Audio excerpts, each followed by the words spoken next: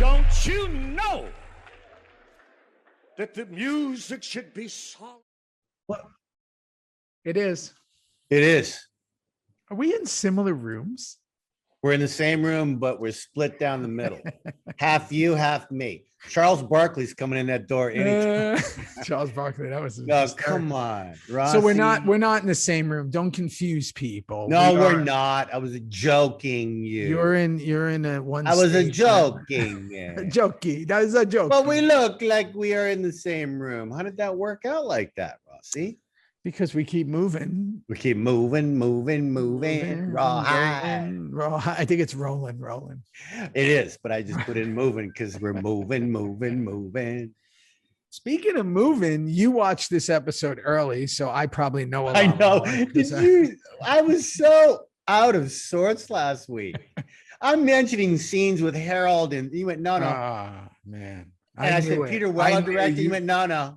You can't do that ever again. I can't ever do that again.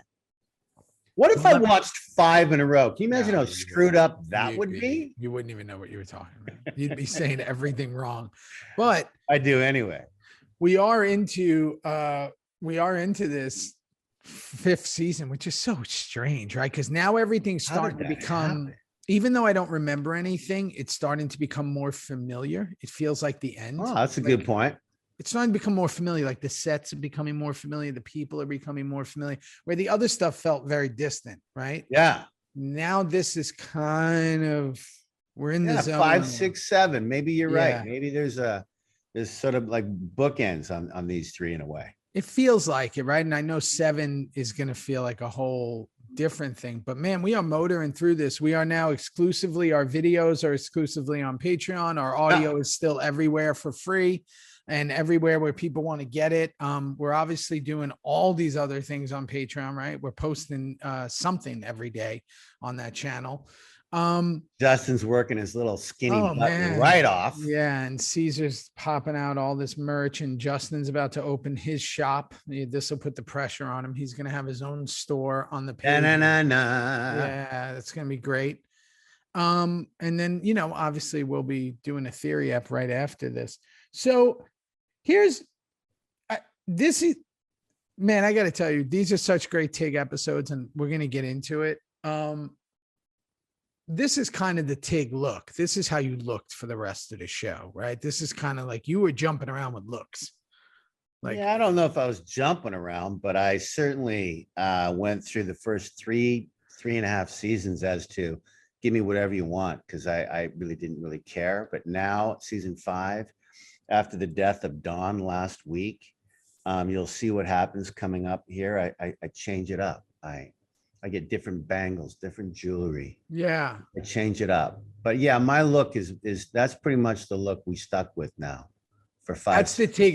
That's the TIG everybody remembers. You know, the facial hair, the rings, the bangles, So obviously we're coming off one of the biggest episodes that TIG's ever had, the ending with certainly emotionally. Yeah. Mm-hmm. Yeah. Would you say, where would you put that scene? I know it's hard to look at your character, but in the most significant things that you've played as that character, where would you put that scene that we did? Yeah, that scene was, you know me, I never talk about favorites. I don't really have favorites. But emotionally and heart-wise and physically and vocal, and the images that I had in my head as Kim playing TIG with a daughter down in that pit, and we know what happened to her. I don't, I'm just so thankful that Sutter gave me that acting chore, but I never needed to visit that again. I mean, that's something that you do, and then you talk about it if you survive it. And I guess I did survive it because people keep talking about it. Top three things. Yeah, sure. Has ever done. Sure. Yeah, sure. The Donna one being a big one. Well, but the thing about, and you know this, I say this all the time, the thing about, and Juice is certainly one of these characters too. I love the whole thing. I love the humor that TIG had. I love the pain that he went through. I love the crying that he did. I love the yelling. I love the quiet. I love the camaraderie. I love the brotherhood. Yeah. I just got lucky. There was enough spaghetti thrown against the fridge for me to play that guy 7 years and walk away really, really happy that I said yes to playing him. Yeah, sometimes people don't realize. Sometimes it's like a short scene, like the Doberman stuff was so significant. How much like fun even, was that? I mean, Rossi? polar opposite of the Pope, burn pit thing, but that gets talked about just as much, right? So it's like, and yet it's a shorter, funner type scene, right? So I think that when I look at Tig, I look at obviously the stuff with Venus, right? I look at the Donna, I look at the Donna stuff. I look at this. But what I really remember is like the doll stuff or the mushrooms or the Doberman stuff, or like it's kind of like the little things that I think define the character throughout. Yeah. But yeah, man, that was super significant. And there's going to be some other stuff coming up in this that is also significant that I didn't even know, because you told me last week, and this is where I think that you're either on Quaaludes or lying. Both. Both. Next question. I said, did we ever meet Fawn? And you said no. No, I thought you said, did she die? Did Fawn die? And I said no. But I have a big scene with her in this episode. And that's the first time. This is the first time we meet her. Yeah. Okay. Only time. Yeah. Only time. Okay, good. So let's get into it. This is 502. I'm going to grab my notes here. It's called Authority Vested. Yeah. Know what it means? I do. Sure. Go ahead. By the authority vested in me, I pronounce you man and wife. So this is much more observant than I am. This is just such a fucked up show that it's just sort of tossed in there, and we'll get to it. But Jax and Tara get married. I know. So that's what that title is referring to, 100%. And how many marriages have we done on the show? Okay, that's great. Well, Opie, this one. Any others? I know I didn't get married. I know I did. Juice definitely didn't get married. And Clay's pretty much divorced right now. Yeah. I don't think so. Maybe this is it. A lot of funerals, maybe funerals. A lot of funerals. Yeah. Okay. So Opie grabbing the gun, seeing Roosevelt at the door. That's how it starts, right? Roosevelt. And I got to mention that, and the dog Foley, for people who don't know what Foley is the sound effects that the sound department puts in to add ambiance to the scenes. And I love when a dog is barking in a distance. I don't know why. So good. It's so good. And that's because it's realistic. It shows the neighborhood. Man. It kind of, it might tell you a little more about your surroundings and the neighborhood that you're in. So it's a really great pickup. I didn't even think about that. But the fact of, that Roosevelt went to him, I had to figure out what was going on. Because truth to be told, last week I was skating the last 6 minutes. I love it. My schedule was so crazy last week. So crazy. You forgot to watch the last 8 minutes of the show. No. What happened is I watched as much as I could, and I didn't watch the last 6 minutes, 6 minutes and 36 seconds of the last episode. So if you go back and listen to the episode before this, I let you do talking at the end. Yeah, and I'm bringing in Charles Barkley. You didn't even know. I don't know what's going on. No clue. No, so I didn't know how it ended. So I had to go back and watch it. And so I'm still a little confused. But okay, so Diosa Norte, or just Diosa. Are we at Diosa Norte yet, or that's later down the road? Is it just Diosa? I can't remember. Okay. Well, Diosa's in full swing. Yeah. We're there.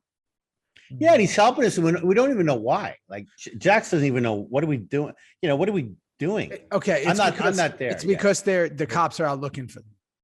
No, exactly. I know that Gemma's brought Jax and some of the boys there, but I'm just saying that Jax doesn't know this guy, doesn't know what's going on. Yeah, he's got right, and then he gets the phone call. Tig needs help. Yeah, and this is really them meeting Nero for the first time. Correct.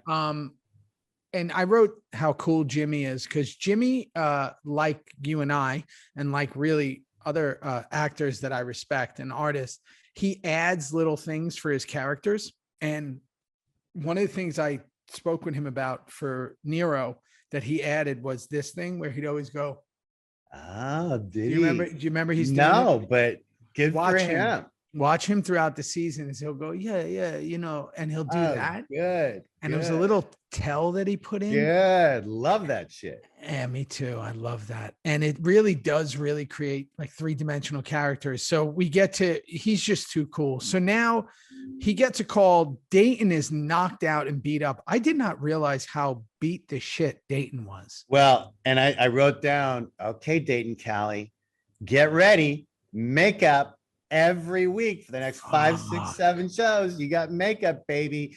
Get out of your pajamas, come in earlier, and get that makeup on to show them. He owed it to us. He barely works. He barely works, and he was so happy. He would go in, they would schedule all his scenes in one day. We'd be there every day in 127 degrees, and he'd roll in, do all his scenes in one day, and leave.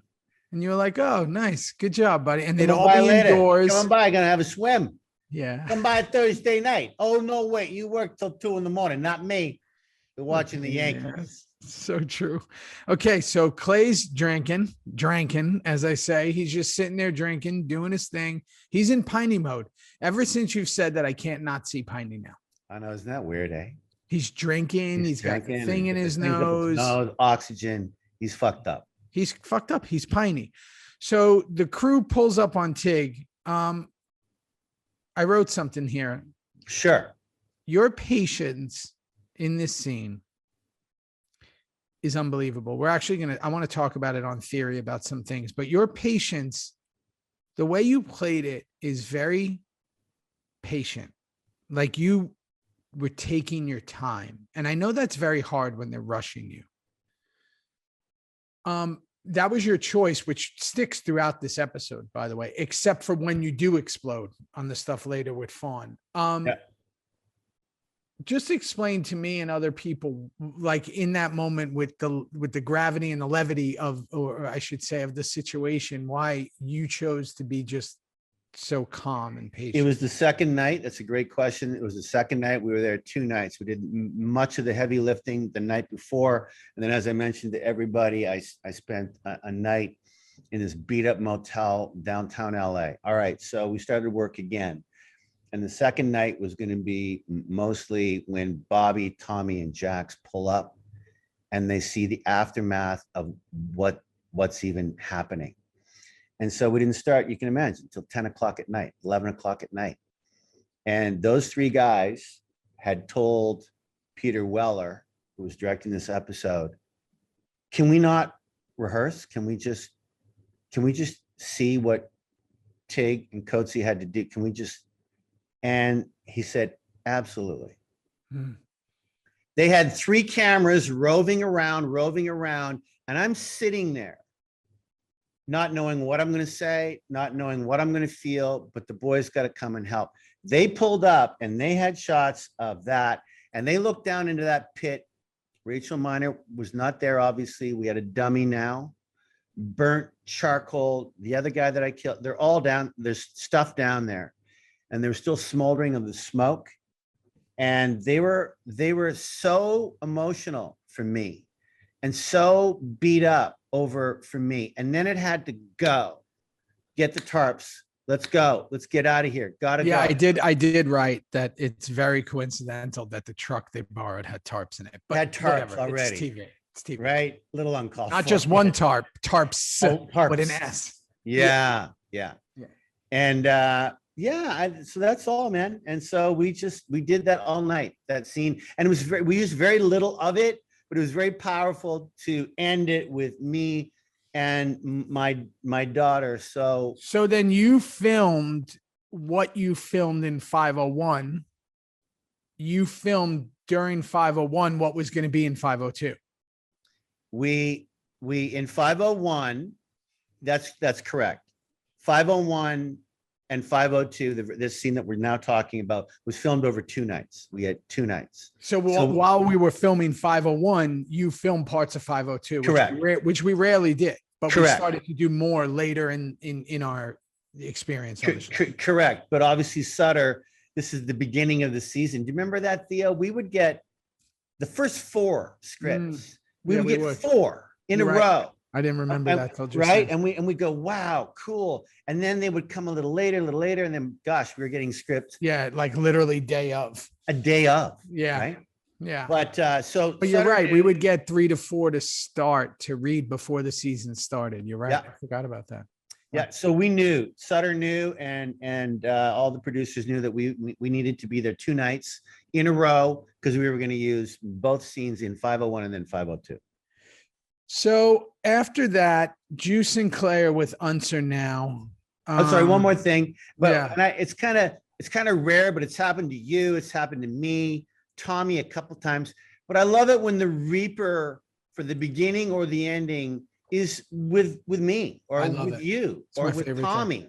Do you know what I mean? And so here I am with the boys in the background, me holding Dawn, and then we cut to the and you go into the bright lights. So for me, the 2 things like you just said that are super cool, I'm glad you brought that up, is, and I've had it a couple of times, you've had it a couple of times, either we go to the Reaper or the show ends with you and it goes to the Reaper. Right? And I've had that. I've had that too with Juice. And those are the 2, because that means that people, when they leave the episode, are the last image was of you. So like when, I'll never forget, there were two times that stick out for Juice was when he hung himself, right? Yeah. That one. Yeah. Went to the Reaper. And then the one right before it where he stole the Coke and like Emilio was questioned and the camera came in, and then it went to Reaper. That's the shit you want, right? Because that's like, it's so cool. That's how the episode ends. Yeah. So Juice and Clay with Unser. Unser's all beat up. I do love the part in that scene. It's a pretty good scene, but when they're when Unser and Clay almost fall and they hold each other up and then the other one falls and Unser says, "Charm life, ain't it?" Because they're both they're just fucking messes. These 2 old and I love what you said in there, you little fucker. You're going, I'll get the prospects to come and clean up. Like you used to do the cleaning up. Not no more. I'm getting the prospects to do this shit now. Yeah. So crew burns rest of the peeps, Tig with the body. All that.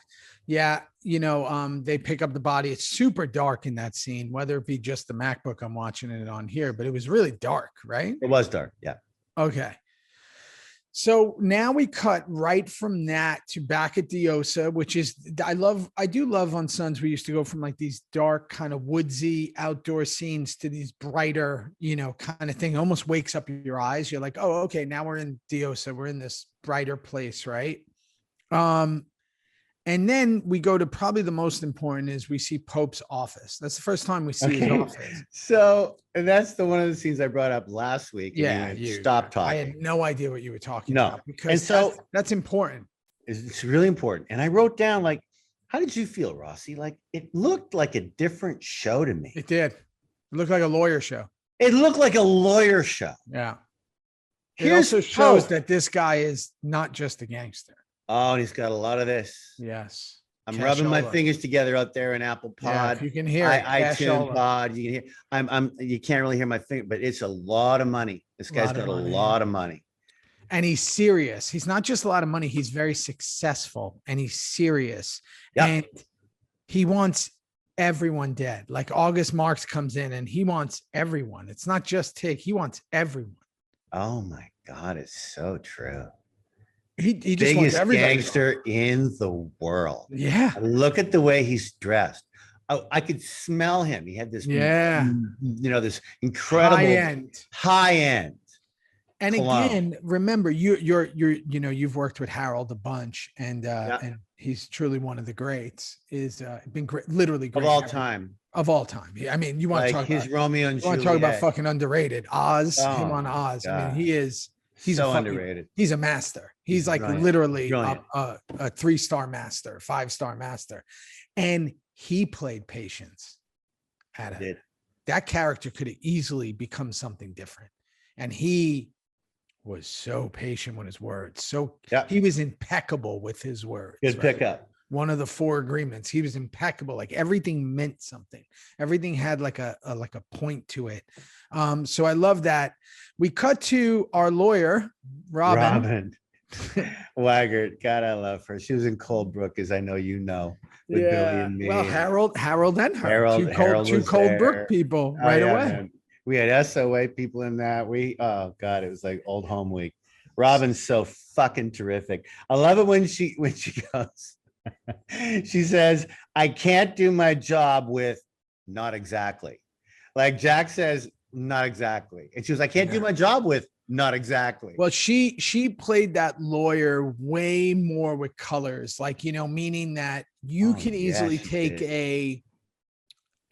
we talked about this right before we recorded, a CIA or a cop or a lawyer, someone in a city, for lack of a better word, a city job or an office job.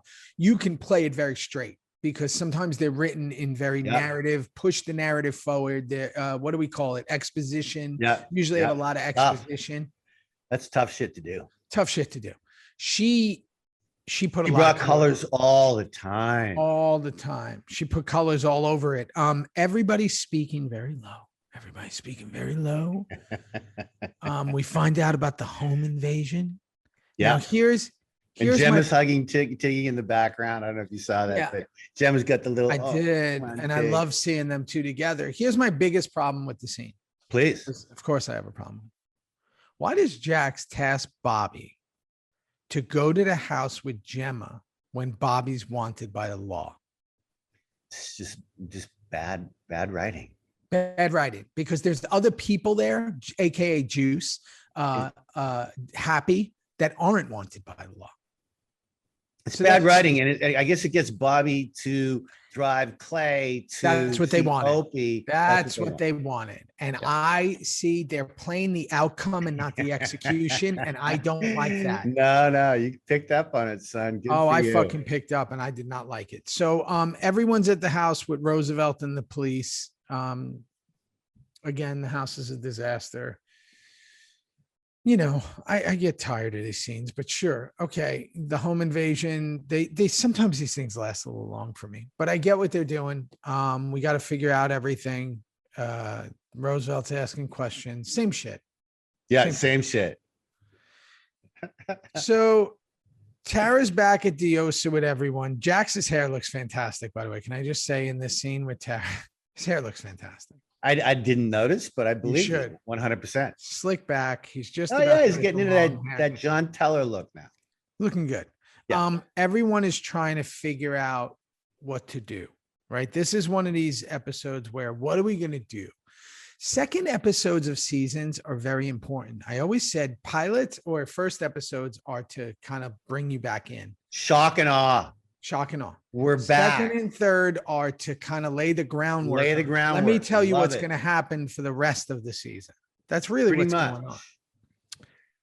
So Tara's being supportive, but not liking it. She's kind of like, she's trying to be the best, supportive wife to Jax, but she doesn't like it. And now not married yet. He wants to get married. Yeah, they're not married yet. Yeah, so Jax asked Tara to marry him. And is this where we are now? Well, yeah, that's where we are. It goes a little long in the. It's so uncalled for. I'm all about the fairy tale. Nothing says endless love like capital murder. No, I wrote that down. Isn't it just so strange? We don't need that. Silly. It's silly. That was didn't silly. work. Come on. We don't. I have it here too. We didn't need that. Nah. Uncalled for. Completely. In fact, we're gonna move right the fuck on. But happy they're gonna interlock like that. That's fantastic. Sure. That's really good. I think maybe bad timing. There's no timing like the present as far as Jax is concerned right now, because he might be going to jail for the rest of his life. We don't know yet. So here's my thought process. It's great. Again, I know Sutter puts a lot of those lines in to kind of get people to react. They're reactionary lines, like nothing says love like capital murder, endless love like capital murder. You wrote that because it's witty, right? It's witty and you want to see people react. fine. It's fucking TV, right? You got to wake people up every so often. But at the end of the day, I still have the ability to say it was uncalled for. Yeah, for sure.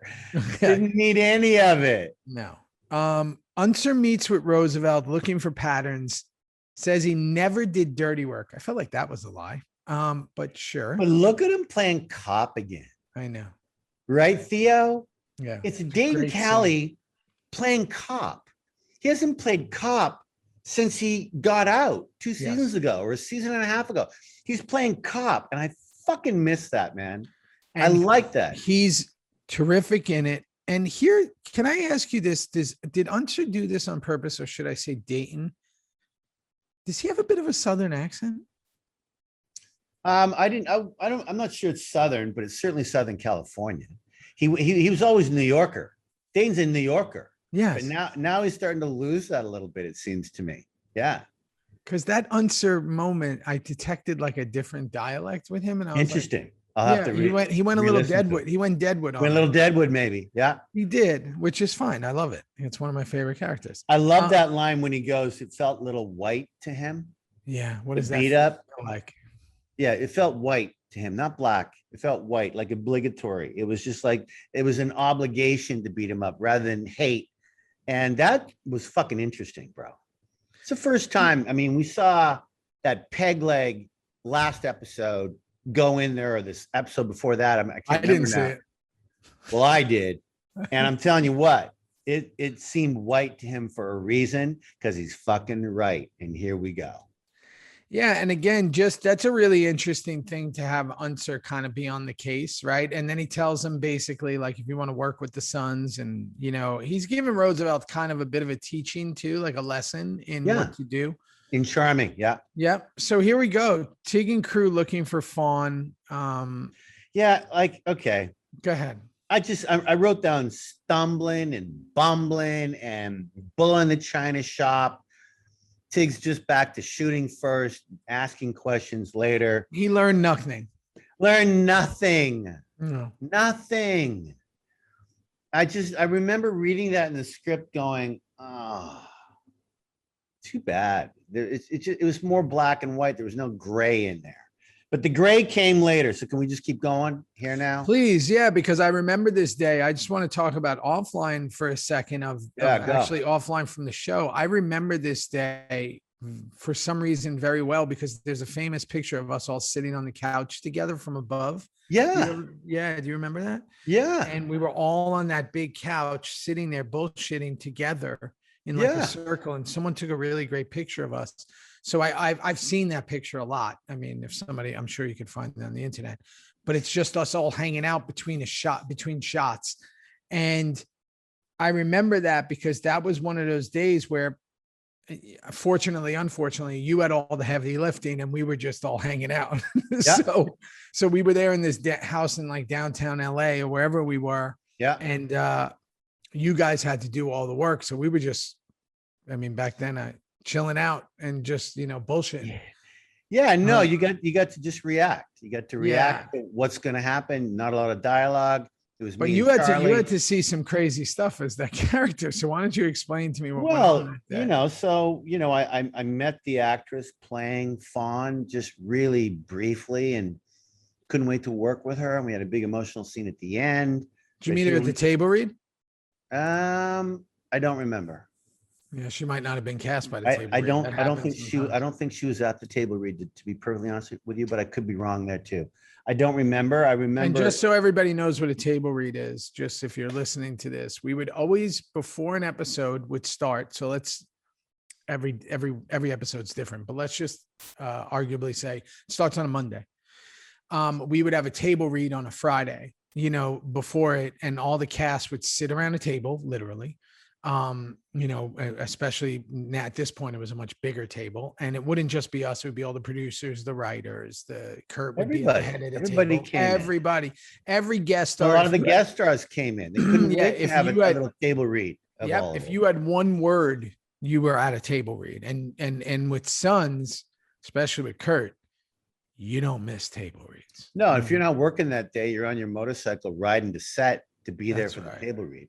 Unless you got something going on, like you're working on something else, or that's which wasn't frowned upon. but it was kind of frowned upon. Turn that down to be at the table. Yeah, you turn that down. And then if you didn't have a lot of lines in the episode, Gladys or somebody would come up to you and say, hey, can you read this character, and this character? And cut to Theo would read 7 characters. You would read 4 or 5 in a read through. Yeah, because if you didn't have a lot to do, they would just give you all these other characters who either weren't cast yet or who weren't big enough to maybe they even bring them in yet.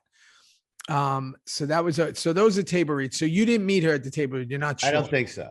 I met her that day, and a nice little handshake. Can't wait to work with you today. Anyway, I come bursting into the room. Something's going on. Sexual thing. I thought as Tiggy was threatening her, and of course I'm completely wrong. And she screams, "Dad, he's my boyfriend." Like, what? And the look on Hunnam's face with me and him, that was like, really, none of it was planned. It was like, oh, what the fuck is going on now, you crazy man? So we cut from that to the scene outside where you all just had to watch at the couch. Tig at the couch, and you're watching Tig with his other daughter. And the gal who played this part was fantastic, but she said the word hate about 100 times. I forgot that, but when I rewatched this show, I hate you, I hate you, I hate you, I hate. She said it a million times. And I remember doing the scene wanting to just calm her down because I had some really bad news about Dawn. And I remember the actress, she didn't want to stop saying that. So I just let her go and go and go. Some people have. And then we finally got it in, and a lot of tears were shed. And it was yeah, it was really interesting because what I liked about the Fawn character was she was completely opposite of the Dawn character. Yeah. So that's kind of the way it is, right? We see that with siblings, totally opposite. I think there could have been more. I think it could have been a little different. I think that it was a lot of focus on shock value as opposed to story. You had such a beautiful moment there when you were telling her.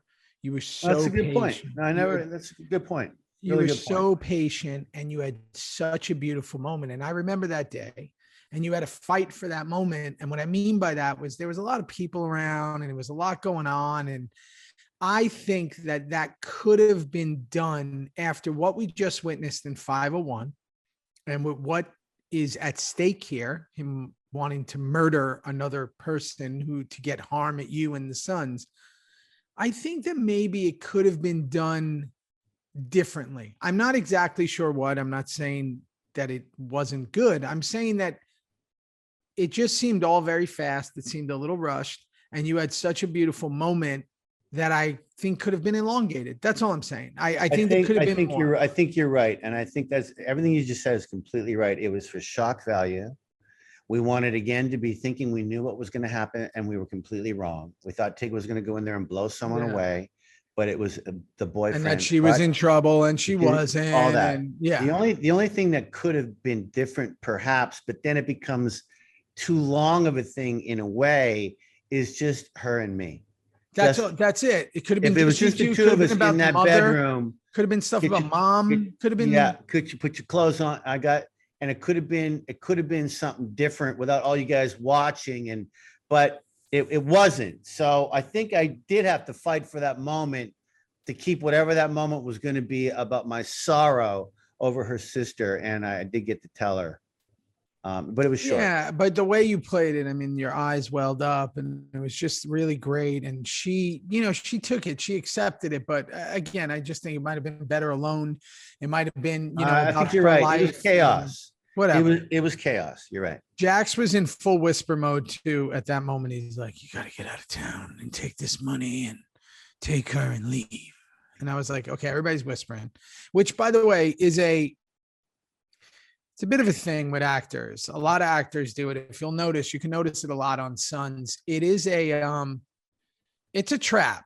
You know that it's a trap sometimes that we do that because we don't really do it in real life. We very rarely say, "Hey, Kim, where are we going? You got to go down to the I'd be like, what? I can't hear you, dude. What are you talking about? But if you notice in movies and television, it happens a lot. It's a massive trap that actors fall into. I do this all the time, Rossi, but when I can't hear someone talk, I don't care if you're Bruce Willis. I don't care if you're Kevin Costner. I don't care who the fuck you are. I'm going to go, Bruce, I can't hear you. What? Hey, what? I want to hear you. Yeah. I want to hear you so I can react. And it's always gone well. No matter who I'd say that to, they go, got you. Copy. Louder. It's a Brando thing. It's a Brando thing. It's got to be a Brando thing. It's a holdover from Brando. I wish I would have fucking worked with that guy. Yeah, but it's definitely a holdover from Brando. It's the meticulous low voice. You know, seems like it's more powerful. Hey, what's going on? What are we doing? And it's like, I listen, I get it. I've done it. I'm guilty as charged. I'm just saying that now as I get older and elongated and longer in this game, I start to see that. And curly hair and different curly hair. Gaining weight and losing weight. Like, yeah, it's a trap. It's a trap. It's a trap. Just keep it real, kids. Keep it real. Always keep it real. But listen, I do understand. And by the way, in that scene, he was justified whispering because you're over there in this moment with your daughter and he needs to tell this guy what's up. Okay. So Boone's driving Clay. This is what they needed Boone to go out to do. This is what they needed. They needed it. So he's here. Clay wants to talk to Opie. So here's another scene that I thought might have not been written the right way. Clay and Opie could have went different, but they're both amazing in the scene. Let me start with that. But correct. Clay, Ron is fucking great. Correct. Scene. Right? Correct. But you know what? I know I'm going to interrupt you, but yeah, I do that so well. Rossi, do you know what I couldn't stop thinking in this moment right there? Ryan's work was he knows he's going to die in 3 more episodes. Oh, yeah. He knew. Ryan Hurst knew. Not Opie. Ryan knew. Ryan knew. Yeah. Not Opie. Ryan knew. He had this show that we're talking about and 3 more, and it's over. And I couldn't stop thinking about that and how it must have felt for Ryan to play these scenes that are all kind of emotional and shit, but he's about to say goodbye to Opie. Anyway, just dawned on and on top of it, have potentially not just one of the most monumental deaths on Sons of Anarchy, but potentially one of the most monumental deaths in television history. That's so true. And he has no idea. No. All he knows is that in episode, whatever it is, 5 or 6, 5. He's leaving us. Correct. And he's playing these Doesn't know scenes. Doesn't know how. Hasn't been written yet. But he's playing these scenes knowing that he's going to be off the show. Yeah. Fucking wild, right? It's wild, eh, Ross? It's just so wild. It's fucking wild, right? So yeah, that's interesting. Now I'm going to be tracking that in every scene from here on in. So Clay's really good. Ryan's fucking incredible as always. He always is. We cut to and now I'm going to tell you, this is my favorite scene in the whole episode. The Jackson. Holy shit. The Jackson Nero and truck bro, scene. One of the best scenes I've ever seen on the show. It goes on forever. And I wanted it to go even longer. Some of the best work I've ever seen definitely by Charlie, and Jimmy is magnificent. It was so great to see Jax twirling his rings like he's asking questions. Usually Charlie just tells people what to do. That's right. But now he's asking. He's asking Nero shit. He's getting to know him. Great observation. And watching the wheels spin in his head and oh my God, figuring out the money. Yeah. And he's thinking, and then he sees his son. Yeah. Then they're in the car. Like they made their own little movie. Like, it was their own little movie. Second they got in to everything with his son with spina bifida and to the car chase, to the chicken run, and Peepers, Samly, listen to me. a car scene, a truck driving scene in the front seat like that, going over and over and over to keep it as fresh as those two did. Oh, yeah. Clap it up. Clap it up, man. What a scene. That was, I got it easily. Right. Easily. I didn't know, didn't even remember the scene, had no idea. And it easily goes up there as one of my favorite scenes ever on Sons of Anarchy. Yeah, good for you. Yeah. Loved it. Okay. Answer at TM with Gemma. The lawyer brings marriage license. Robin comes in and brings the marriage license. Gemma, obviously not in control, angry. Same old shit. Well, I just want to say it was a bit too convenient that, Gemma was there and, hey, could you get this? Fucking stupid. It's kind of a stupidly Sure. written. All right. Gemma needs to know they're getting married. I get it. But Got it. I don't believe it. But anyway, fine. Okay. So we go back to Nero talking about his son trying to lose the tail. Yeah. Come on. Here's the other thing. Besides it being one of the best scenes I've seen on the show. Come on. What an introduction for a character. If you're a fucking character on a TV show and you want to be introduced, like, yes, he got introduced in 501, but I'm talking about introduced as in we're going to learn everything about you. That was like the best introduction. We got his whole life. A beautiful little kid playing his son was gorgeous and stunning. And Jimmy's reaction as Nero. He used to run his crew. He doesn't run his crew anymore. No. He used to, now he's into this. He's just everything about it. It was fantastic. And obviously with a lesser actor, I don't know if it would have turned out that way, but because Jimmy's such a presence. He's such a big such guy. A presence, yeah. Such a presence. But what an incredibly well-written intro for a character on a TV show. Incredible. Truly. Yeah, and Charlie's watching the whole thing. Jax is watching the whole thing. Fucking amazing. Like, come on, as a dad of two and he's sons. also thinking, like, shouldn't I be doing that now? Like, shouldn't I maybe not, guns are bloody and right. Okay. Well, yeah, and it's too late for him. He's going to go to prison. He's going to turn himself in. He's going to go to prison, and maybe he'll never get to see his sons again. Really, truly, that's going on in Jax's head right now. So now we cut to what I thought was a hospital scene. It's not a hospital scene. We cut to a hospital with doctors, and I went, "Oh shit, who's this girl on getting operated on?" Oh, it's a porn scene. Did you think, boy, those are the nicest looking nurses? No, I went, oh, why is this girl at the doctor? Who is she? Do we know her? Did a crow eater get hurt in a home invasion? Oh, it's not a hospital. It's this, whatever, the Safran sisters, sisters in a porn. Yeah, we love those sisters. Yeah. Oh my God. Okay. So Lila and Opie, he has to go somewhere, right? We don't know what he's saying. We think might be running away. We don't know. We don't know what he's planning. He says a line in this scene that you just pointed out that he knew he was leaving. And what did he say? Well, he says, "I don't know if I love anything." Yeah. That fucking line now makes so much more sense. Yeah. Knowing that he knew he was leaving the show. Yeah. That's so good. Yeah. That's a very good observation. Yeah. I don't know if I love anything. I don't know if I love anything.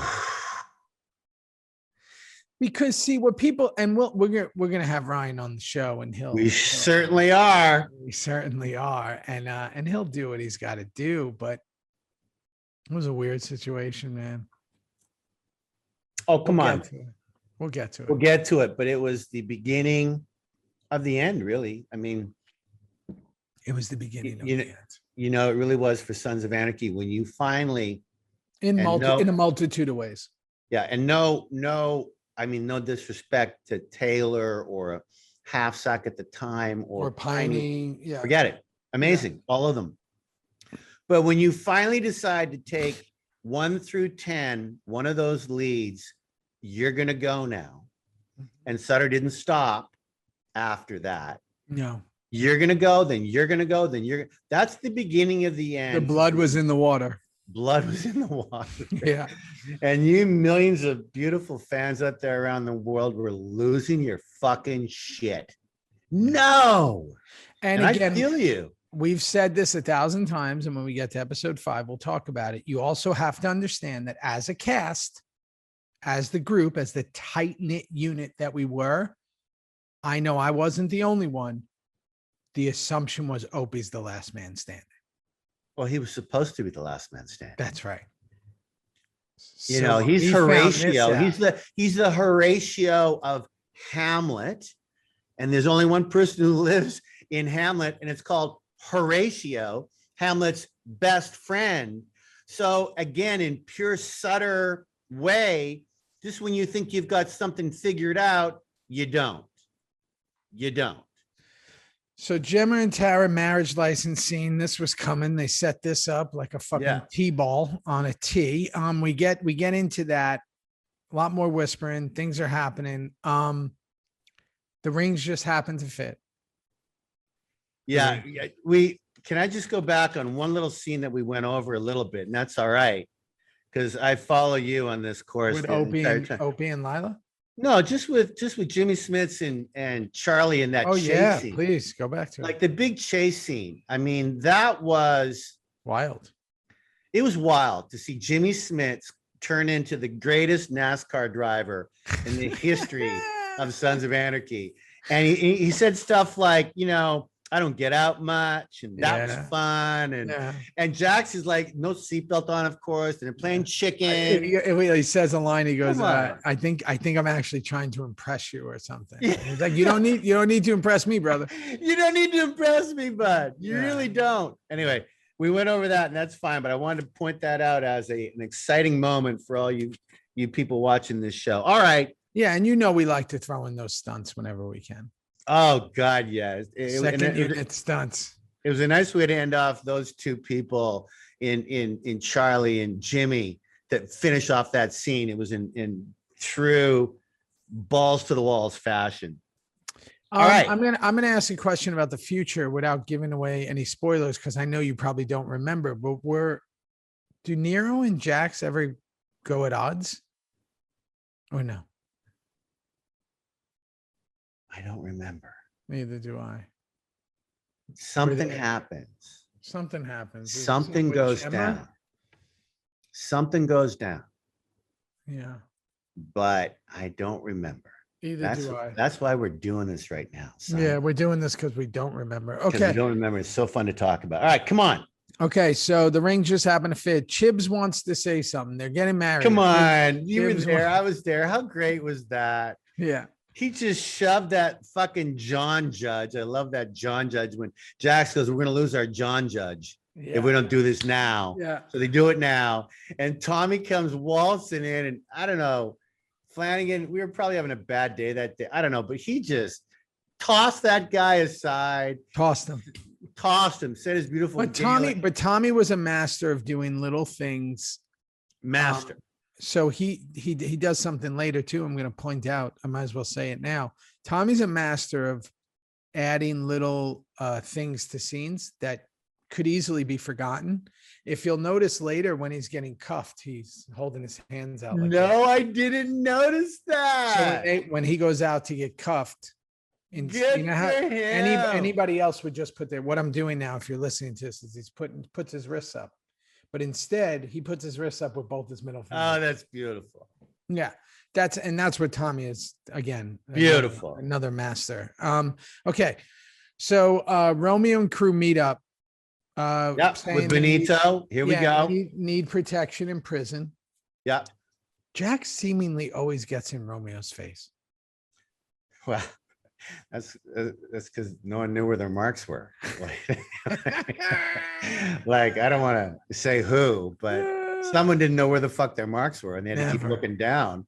Where am I supposed? And so they'd wake up and they were bumping into each other. What are we doing here? Yeah, no, I agree. That's exactly what that's about.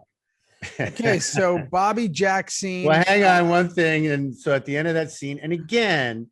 You brought this up earlier about expositional scenes, like exposition, right? Jax leaves, and Benito says to Romeo, "What are we going to do if that? Will we go to Plan B?" We don't have. Benito goes, "What is Plan B?" And he goes, "We don't have one yet, but we will." It's just It's just shit. Just It's shit. everywhere with the CIA, with the cops, with Roosevelt, with us. Are we going to prison? Are we not? It's just kind of mayhem right now. It's mayhem. So Bobby Jackson giving instructions. Yeah. I don't remember any of this. None of it. And I was there. Opie throws a looping punch, a big looping punch at Roosevelt. I forgot about that. Me too. Did not see it coming. I remembered Theo. I know he comes to prison with me, Chibs, and Jax, but how? There it is. There it is. Let's I did not punch out see a that cop. coming. I did not see it coming. So explain this to me, because maybe I missed something last week, which I know I did. The Nomads are looking at Clay's stuff, like the marriage license and all the stuff that was in his safe. There's a scene of them looking through it, right? Okay. Okay. What's your question? We're about to find out soon that Clay's behind it. Am I making an assumption here? No, you're not making an assumption, but I will say this, that there are little clues, and we had one in this show, we went over it, and that's fine.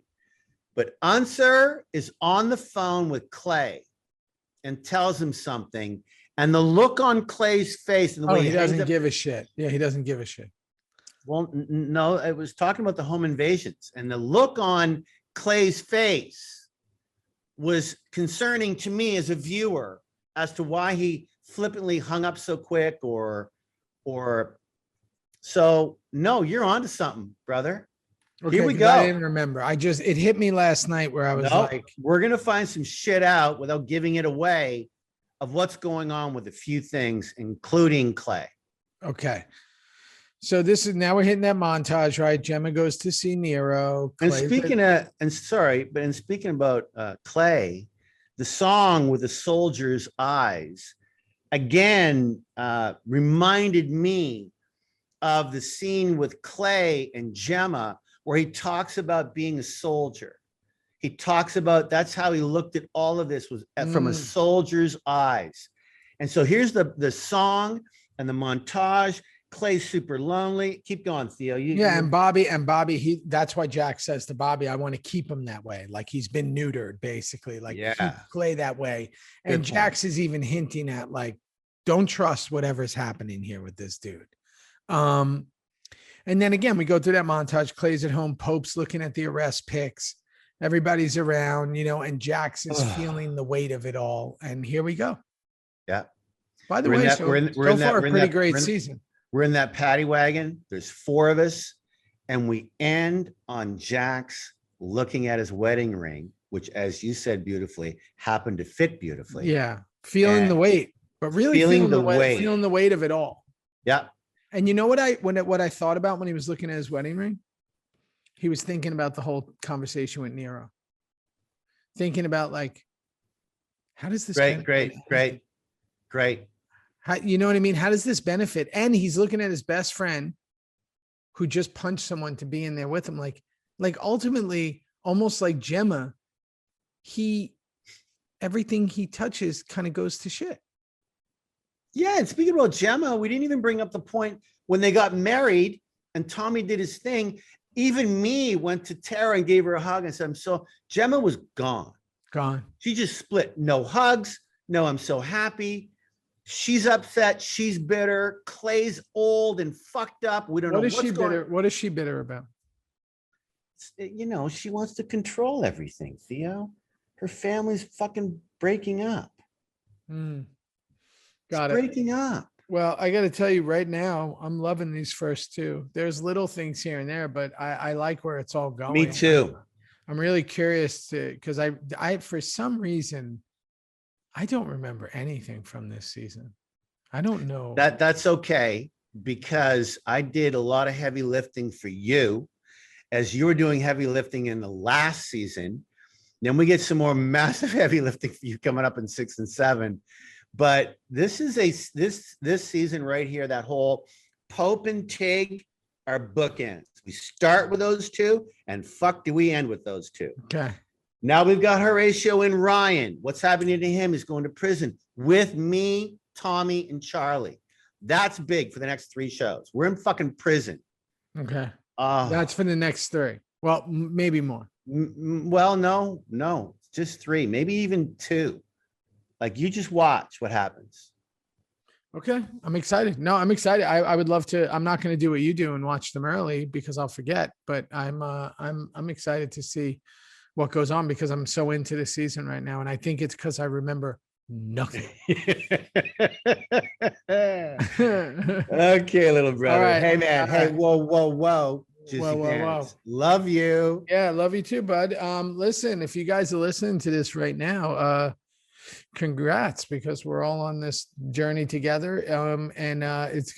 We got so much stuff. We're working our butt cheeks off to kind of get some stuff out in every way. We're doing a lot of stuff, a lot of surprises coming, a lot of things coming up on the show, and you can talk about next week right now. Go for it. Can I do that? Yeah, please do. So guess who's coming on next week? The OG. The original gangster. This guy, his honesty in his work is fucking unbelievable. Second to none. Emilio's coming on, guys. Emilio Rivera. Marcus Emilio Alvarez. Rivera's coming on. Alvarez. He was the original pilot. I mean, the original Tig character, the original right hand to the president, but it had a different name. Yeah, he had a different name. Switched roles to become a bad guy. Literally after we shot the pilot, him and I, he was my first friend on the show. Him and I would go to work together. He's my first person I hung out. First person before you even existed, you and Ron on the show. When Juice had hair and had a different name. He's one of my favorite people on the planet. He is one of the most honest actors you'll ever work with. Yeah. And we have a lot of fun. We had a lot of fun with Emilio on the show. Oh, he was, God, are you kidding me? Much fun. Going to his house and meeting his mom and all the bikes and the cars and the food and the charity work that he does with us, that we do with him. And he's an LA icon. He's an icon. He's a fucking icon in LA. And coming on next week. Get ready. Coming on next week. So get ready. We got Alvarez next week. We're really excited about it. And that's it. If you got this clip and we're on YouTube, like, subscribe, do all that. We're going to start pumping out even more clips. We have 2 going a week on YouTube. We're going to try to get it up to 3 if I can get Justin to agree to that. And then a lot of work. It's a lot of work. It's a lot of work, guys. But we listen, we love doing it and we don't have much left. We're in season 5. We love you all. We love you all. All right. Love you, brother. Theo. I'll see you for theory. All right. Can't wait. See you, bro. Later.